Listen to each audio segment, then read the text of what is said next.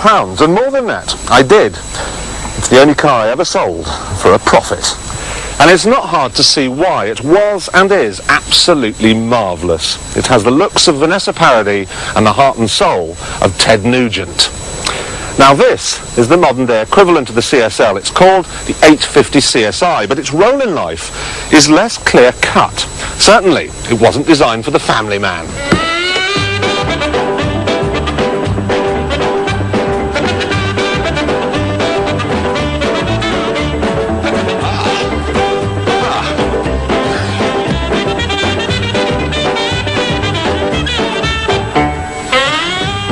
This is hopeless.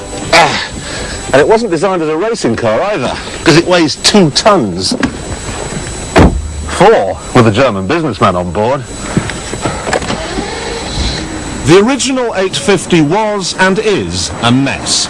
It's neither a sports car nor a Grand Tourer, and even BMW insiders will admit they got it wrong. Well, in the CSi version here, they've enlarged the V12 engine from 5 to 5.6 litres. It now churns out 380 brake horsepower. It sprints from 0 to 60 in 5.7 seconds, and top speed is a lot. They've also tinkered about with the aerodynamics and pumped some steroids into the steering and front suspension. The end result is a sort of wingless jet fighter. To make sure this 2-ton projectile stays on the road, BMW has fitted every single electronic bell and whistle known to man. It has AHK, EML, ASCT, ABS, SIPS, and of course SBASC. Now, I don't know what any of that lot means, but I know what they do, and what they do is they stop you crashing. In fact, if you're going to have an accident, you have to get past all those systems first, which means you need to be a computer programmer. For me, I'd rather just drive it.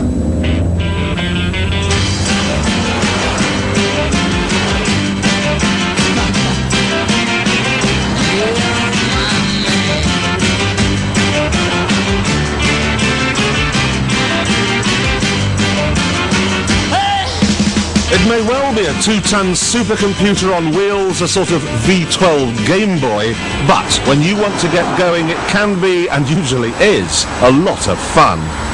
The steering is delightfully accurate, and the brakes never have any problem at all, washing off unwanted speed. Setting off isn't a problem either. Look, put it in 4th gear, and it still pulls away.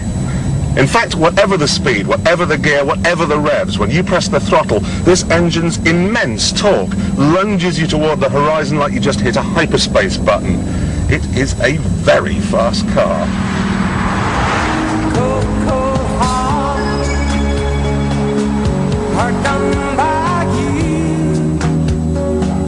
Despite all this, though, it's fairly quiet and comfortable when you aren't in the mood for fun and games. It's no Jaguar. But with a Star Wars cockpit like that, you shouldn't really expect it to be. But that is a minor subjective flaw in what's a very, very good package. The extra power and the handling tweaks have transformed the old Slushmatic 850 into a proper sports car. This really is an iron fist in a velvet glove. The trouble is, that transformation doesn't come cheap. This car costs £77,500, which puts it on a level with the Ferrari 348, the Porsche 911 Turbo, and the Aston Martin DB7.